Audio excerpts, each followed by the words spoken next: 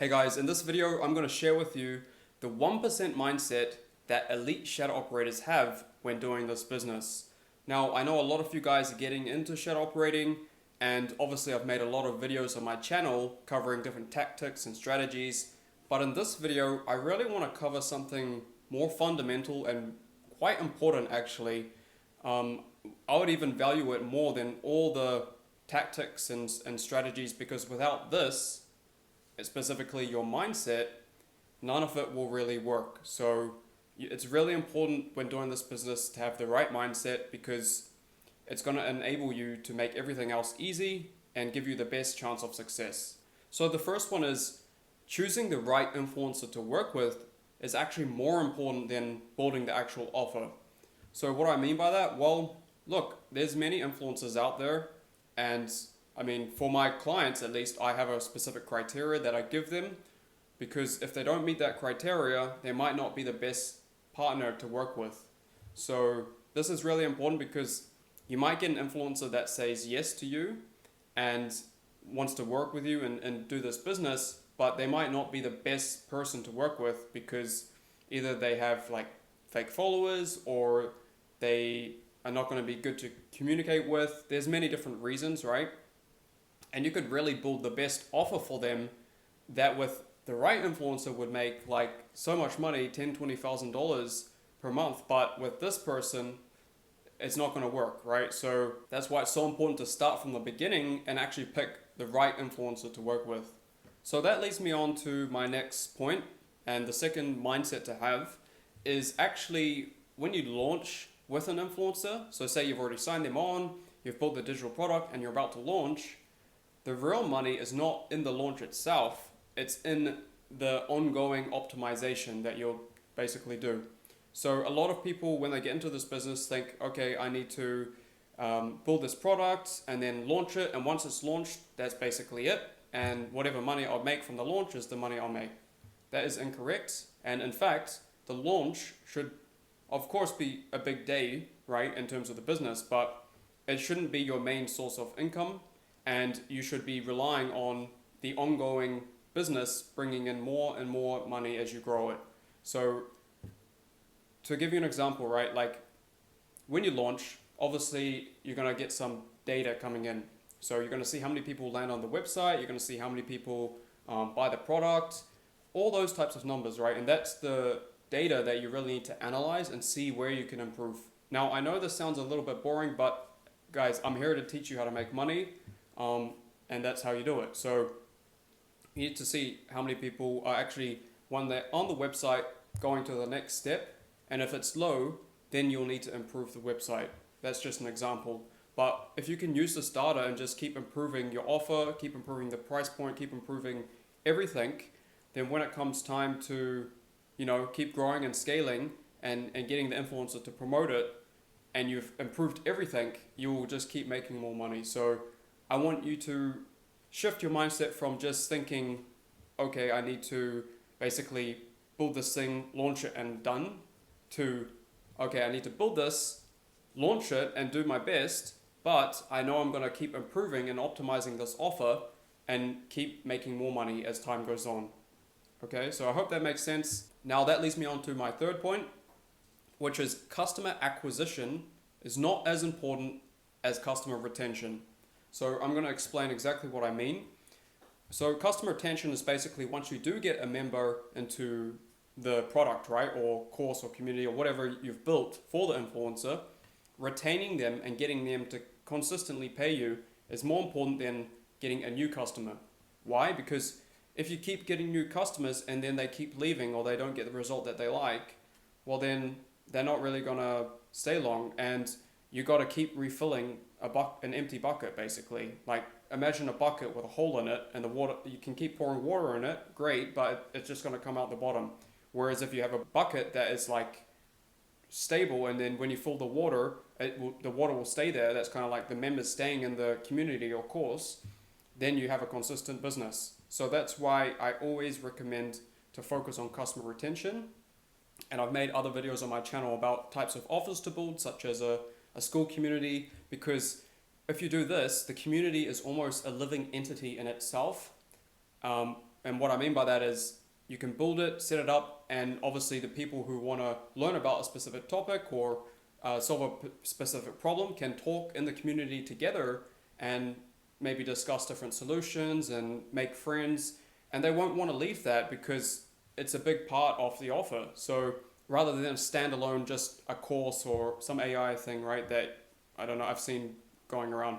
So that's why it's super important to focus on retention, because even if you get 100 members and you retain them and they pay a monthly subscription, that's way more valuable than just, one-off 100 members joining. So yeah, I want you to obsess over customer retention and keeping the members inside the offer rather than keep getting new members. And that leads me on to my next point, which is you can get partnerships through referrals, not just outreach. So obviously if you're starting out and you don't know anyone, outreach is kind of your only method.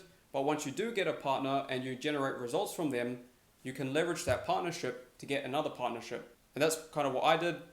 Although I did kind of take a more difficult path because my very first influencer I had no one, but I had no one because I first got the job out of like 3,800 people, and then I worked for his company for 2 years, and then obviously while I was there I improved the business and the revenue and did really a good job there. So I kind of earned his trust already, and that made the partnership a lot easier to get started.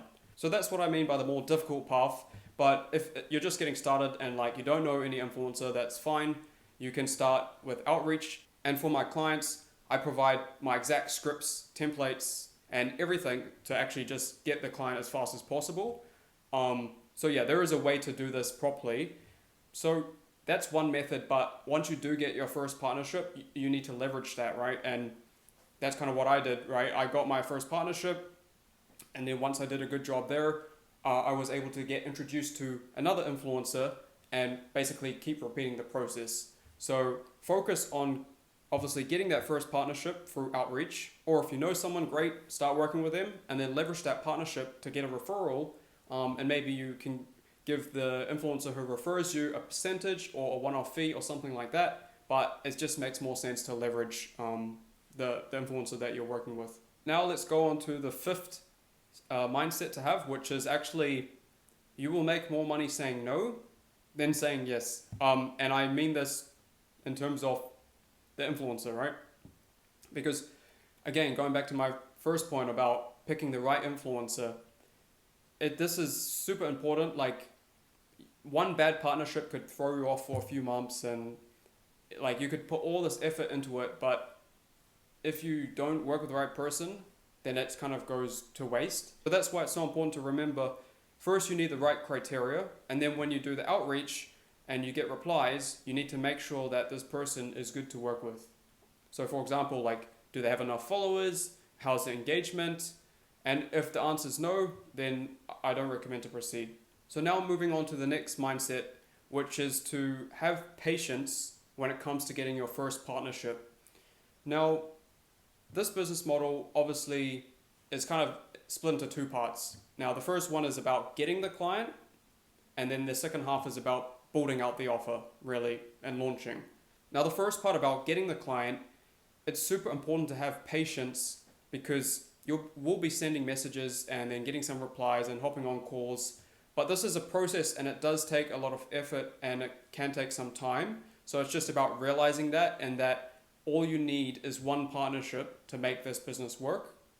And, for any business, there's a lot of work involved, right? So you just need to be able to accept that and just kind of relentlessly follow the process until you get a partnership. And if I was to compare this to like a 4-year college degree where you have to actually, first pay hundreds of thousands of dollars and wait 4 years to even get a piece of paper, I'm just asking you to be patient for a month or two to get your first partnership, and then you can start making an income that people who have gone through 4 years of college are probably not making. So put that into comparison of kind of your options, and whether it be a 9-to-5 job or studying, anything else, in my opinion, this kind of beats it. Just having that patience for a few months, getting that partnership, launching is way better than anything else I just talked about. So Yeah, that's the kind of sixth mindset point that I wanted to make. And that leads me on to the seventh mindset to have, which is the offer doesn't have to be original, it just needs to be proven to work and be executed well. So, what I mean by this, well, I talk about building a school community or doing like a coaching or course. All of these things have been done thousands of times, but it's in your execution and how well you can do it, which makes all the difference. And the reason why I bring this up as a seventh point is because I've noticed there's been a lot of people who don't know how to execute properly, or they execute but it's done very poorly, and it can really put a stain on the partnership and even make the influencer doubt their abilities. So let me explain what I mean.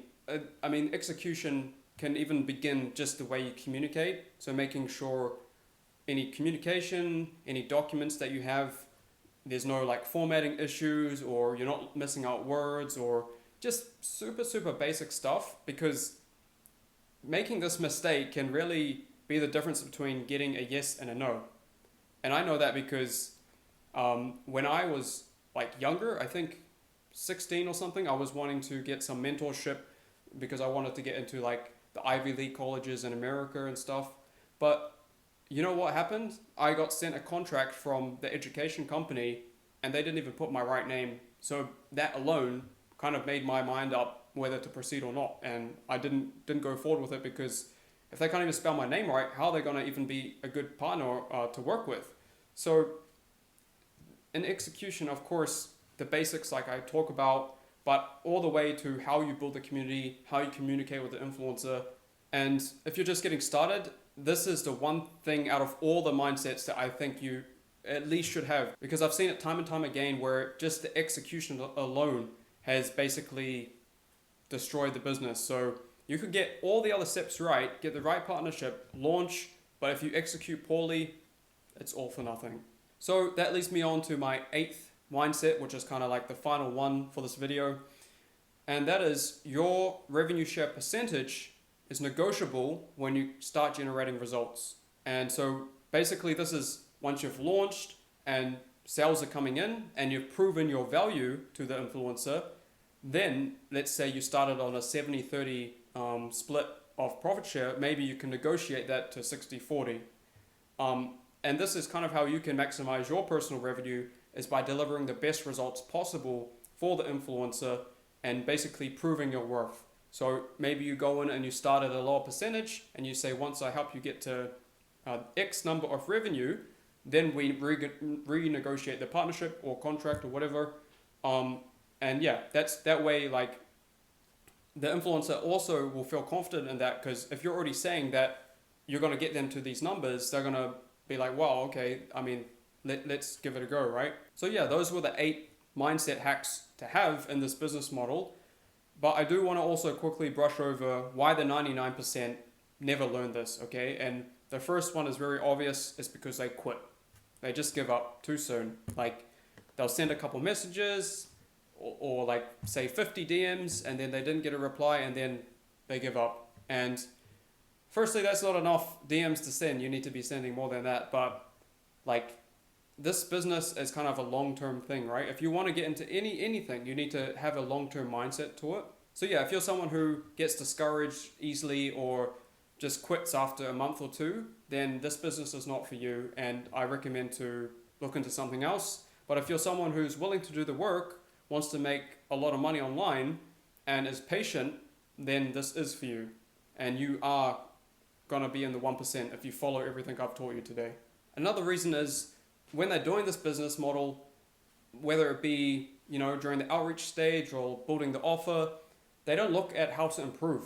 They just kind of build it and just don't change anything. And, if you just do that, you're just never going to grow. So I think it's making the mistake of being too comfortable and forgetting about optimizing. Whereas the 1%, and kind of like what I do, is I always optimize everything. So that's really important to know. And the third reason why 99% of people who get into this business model never learn this is because they don't invest in themselves, right? Like on my channel, I've shared kind of the strategies and how to actually start this business model. but 99% of people don't take action on it because they don't give themselves a reason to. The real value in joining a one-on-one mentorship program like mine is that you get that accountability and you get essentially someone holding your hand throughout the entire process. I literally spoon feed you the resources and all the steps so you know exactly what to do and keep you accountable. Because the clients who work with me, who invested in themselves, who showed up and do the work, they're the ones who get the results. And a real simple question to ask yourself is like, if you could do this business on your own, then why haven't you done it already, right? And if you're serious about becoming a shadow operator and you want to make this business work, then I do encourage you to apply and click the link in the description where you can work one-on-one with me. I do take on a limited amount of clients because I only want to work with serious individuals who want to change their life. But if that's someone like yourself, then definitely do that. Yeah, so that's basically it for the video. I hope you enjoyed. Please like, subscribe, and see you on the next one.